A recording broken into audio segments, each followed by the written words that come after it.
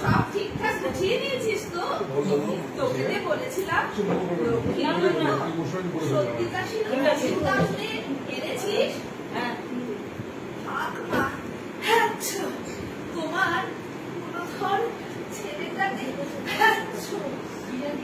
আমার জন্য কোনো ওষুধ এনে দিতে হবে না। আমি বাবাকে বলবো মামার বাড়ি যাওয়ার পর নিতে। রাগ করিস নে মা, কিন্তু তোর জানিস তো মামার বাড়ি যাওয়ার আগে নিয়ে ব্যস্ত থাকে। তাই মা আমি কিন্তু এবার ব্যাগ খুলিনি, যা কিছু গুছিয়ে নিয়ে গেছিলাম সেগুলোই আবার নিয়ে যাব। নেহাত আমি তোমাকে বেশি দিন না দেখে থাকতে পারি না, না হলে এই বারবার যাওয়ার সাথে আমার অর্ধেক ওজন কমে গেল।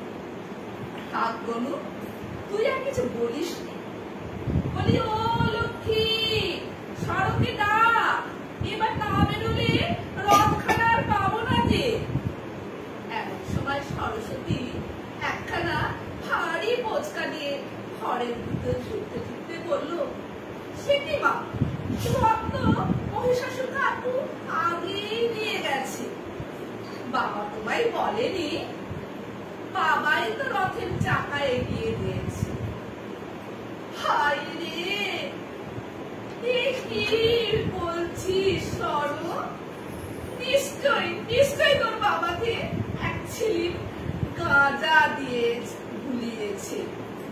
বলি হারি যাই, এ লোকটার ছাই বা গিলতে পারলে আর কিছুই চাই না। এবার আমরা কি করে যাব?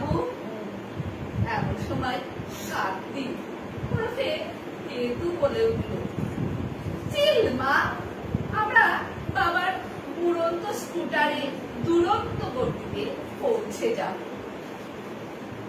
তাহলেই হয়েছে। তোর কিনতে পাও নাকি টাকা খরচ করে ওই স্কুটারে তেল ভরবে? কেন করবো না পারু? তুমি আমাকে তোমার বাপের মতো ভাবো নাকি? বলতে বলতে প্রসন্ন মুখে ঘরে ঢুকলেন মহাদেব। মা আঙুল তুলে বলে, এই দেখো, কথায় কথায় আমার দিদি তো বাবাকে তুমি খোটা দেবে না। তোমার কোন পাকা ধানে মই দিয়েছে আমার বাবা শুনি? মহাদেব এবার খপ করে মায়ের হাতখানা ধরে বলল, সে কি ছেলে মেয়েদের সামনেই বলবো? কথাটা শুনলে ছেলে মেয়েরা এক পলকে উঠাও।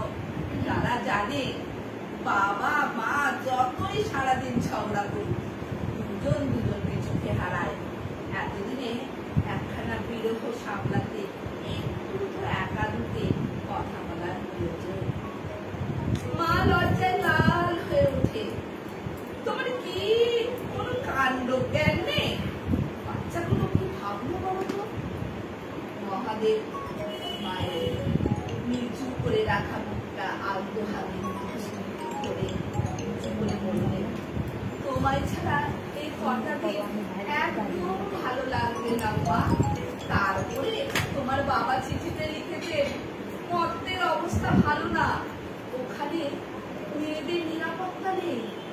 তোমাকে আর আমার মেয়েদেরকে নিয়ে আমার ভারী চিন্তা হচ্ছে।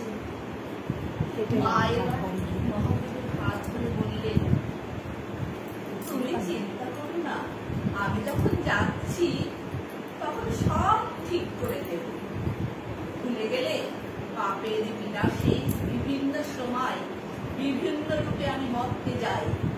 তবে এবার হয়তো পাপীদের দমন করা সহজ হবে না, তবে আমি কাউকে ছাড়বো না। দেখো মহাদেব